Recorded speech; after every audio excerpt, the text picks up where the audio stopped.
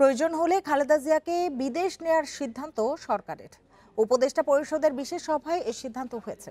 এদিকে পররাষ্ট্র উপদেষ্টা জানান, এখনো দেশে আসার বিষয়ে কিছু জানাননি তারেক রহমান। তিনি চাইলে তাৎক্ষণিক ট্রাভেল পাস ইস্যু করা হবে। আর স্বরাষ্ট্র উপদেষ্টার দাবি, দেশে কারো কোনো নিরাপত্তা শঙ্কা নেই।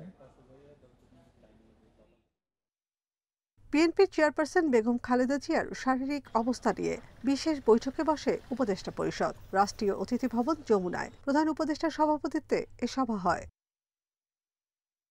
এতে খালেদা জিয়ার সর্বোচ্চ চিকিৎসা নিশ্চিতের উপর জোর দেওয়া হয়। উন্নত চিকিৎসার জন্য প্রয়োজন হলে বিদেশে নেওয়ার সিদ্ধান্ত হয়েছে বলে জানান পরিকল্পনা উপদেষ্টা। বলেন, খালেদা জিয়াকে রাষ্ট্রের অতি গুরুত্বপূর্ণ ব্যক্তি ঘোষণা করা হয়েছে। প্রয়োজনে উন্নত চিকিৎসার জন্য বিদেশে নিয়ে যাওয়ার পরিকল্পনা, তার নিরাপত্তা ও যাতায়াতের সুবিধা এবং উচ্চ মর্যাদা বিবেচনায় তাকে রাষ্ট্রের অতি গুরুত্বপূর্ণ ব্যক্তি ভিভিআইপি ঘোষণা করার সিদ্ধান্ত নেওয়া হয়। এদিকে পররাষ্ট্র উপদেষ্টা বলেন, তারেক রহমানের ঢাকায় আসা নিয়ে এখনো সরকারের সঙ্গে কেউ যোগাযোগ করেনি। না, ট্রাভেল পাস উনি চাইলেই ইস্যু হবে। এখনো চান নাই? আমার জানার মতো এখনো চান নাই। ওনার কাছে কোনো পাসপোর্ট আছে স্যার? এটা বলতে পারবো না আমি।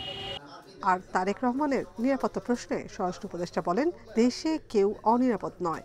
বাংলাদেশে কারো কোনো নিরাপত্তার কোনো শঙ্কা নেই। আমরা সবার জন্যই প্রস্তুত।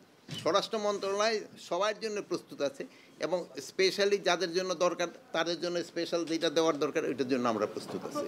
তিনি আরও জানান, বিডিআর হত্যাকাণ্ডের বিষয়টি গুরুত্ব সহকারে দেখা হচ্ছে। যেন কেউ আবার নাফিজাতুল্লাহ, ইন্ডিপেন্ডেন্ট নিউজ, ঢাকা।